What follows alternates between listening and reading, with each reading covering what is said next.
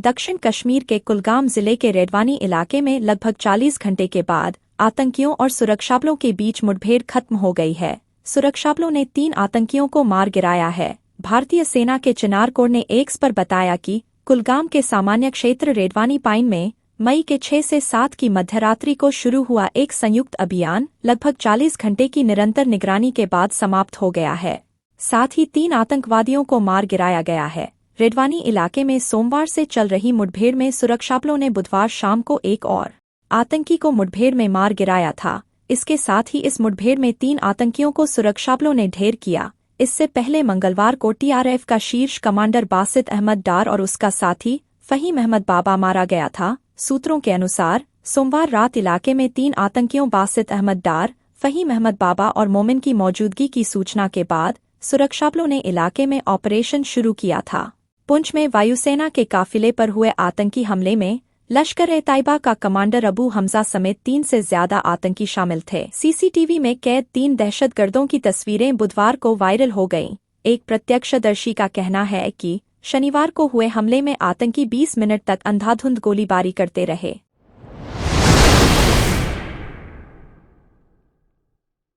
चालक दल की कमी के कारण एयर इंडिया एक्सप्रेस ने गुरुवार को 85 उड़ानें रद्द कर दीं और कहा कि उड़ानों की बाधाओं को कम करने के लिए एयर इंडिया इनके 20 उड़ान मार्गों पर सेवाएं संचालित करेगी। एयरलाइन में कथित कुप्रबंधन के विरोध में एयर इंडिया एक्सप्रेस के चालक दल के एक वर्ग के सदस्य बीमार पड़ने की बात कहकर छुट्टी पर चले गए हैं, जिसके परिणामस्वरूप मंगलवार रात से 90 से अधिक उड़ानें रद्द कर दी गईं।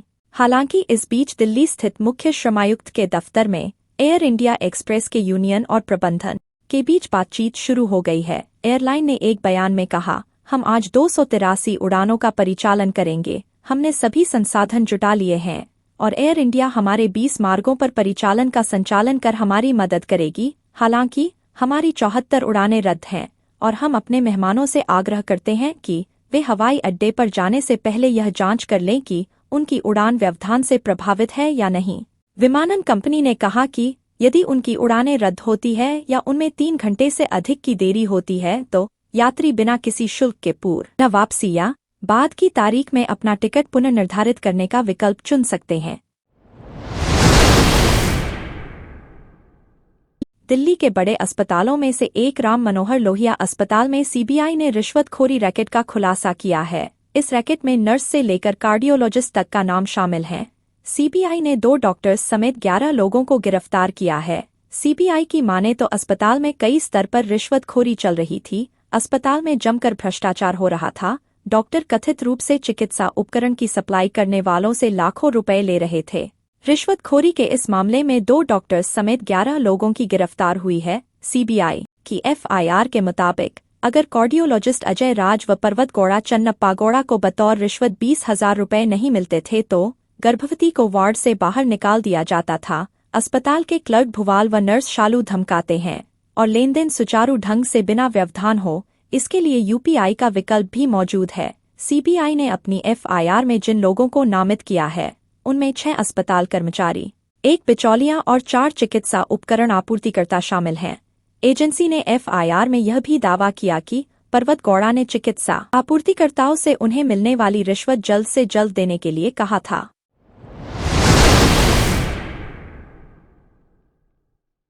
संदेशखाली के स्टिंग वीडियो मामले में टीएमसी भाजपा नेता शुभेंदु अधिकारी के खिलाफ चुनाव आयोग से शिकायत करने की तैयारी कर रही है। संदेशखाली के स्टिंग वीडियो में एक नेता ने कथित तौर पर स्वीकार किया कि संदेशखाली की साजिश शुभेंदु अधिकारी ने रची थी और महिलाओं से दुष्कर्म के आरोप मनगढ़ंत थे। उल्लेखनीय है कि हाल ही में एक कथित वीडियो सामने आया है जिसमें संदेशखाली में भाजपा मंडल अध्यक्ष गंगाधर कायल होने का दावा करने वाले व्यक्ति ने बताया कि संदेशखाली की पूरी साजिश के पीछे पश्चिम बंगाल विधानसभा में नेता प्रतिपक्ष शुभेंदु अधिकारी शामिल हैं। एक मीडिया चैनल द्वारा यह स्टिंग ऑपरेशन किया गया था। इस वीडियो में कायल को कहते हुए सुना जा सकता है कि संदेशखाली में यौन उत्पीड़न की शिकायतें शुभेंदु अधिकारी के कहने पर दर्ज की गईं। वीडियो के सामने आने के बाद टीएमसी भाजपा पर हमलावर है। वहीं बंगाल भाजपा के अध्यक्ष सुकांत मजूमदार का आरोप है कि स्टिंग ऑपरेशन फर्जी है और इसे एआई की मदद से बनाया गया है। इस मामले को लेकर बंगाल की राजनीति में काफी हंगामा हुआ। भाजपा ने इसे बड़ा मुद्दा बनाया और आखिरकार फरार चल रहा। टीएमसी नेता शाहजहां शेख गिरफ्तार हुआ। शाहजहां शेख ईडी टीम पर हमले का भी आरोपी है। संदेश खाली मामले की जांच फिलहाल सीबीआई द्वारा की जा रही है। भारत में हाईवे राष्ट्रीय परिवहन नेटवर्क की अहम नसनाड़ियां है। यह बुनियादी ढांचे की अपर्याप्तता की व्यापक कहानी को दर्शाते हुए लगातार चुनौतियों से जूझ रहे हैं। सड़क नेटवर्क के विस्तार और आधुनिकीकरण की लगातार कोशिशों के बावजूद कई भारतीय हाईवे गड्ढों सहित कई तरह की समस्याओं से ग्रस्त हैं। ये बार बार होने वाली दुर्घटनाओं में योगदान करते हैं।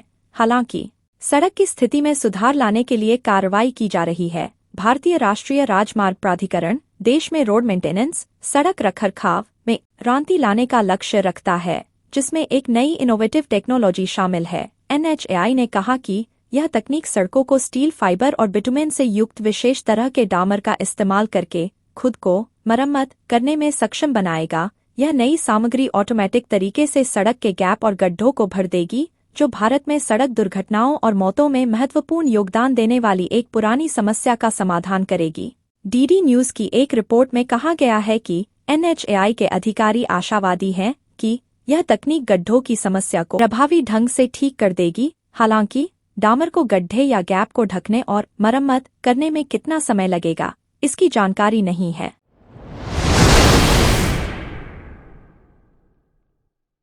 ब्लड थिनर या खून को पतला करने वाली दवाएं आमतौर पर उन लोगों को दी जाती हैं जिनका रक्त काफी गाढ़ा होता है और थक्के बनने के कारण हार्ट अटैक या स्ट्रोक जैसी जानलेवा समस्याओं का डर होता है। ये दवाएं शरीर में रक्त का थक्का बनाने की प्रक्रिया को धीमा कर देती हैं।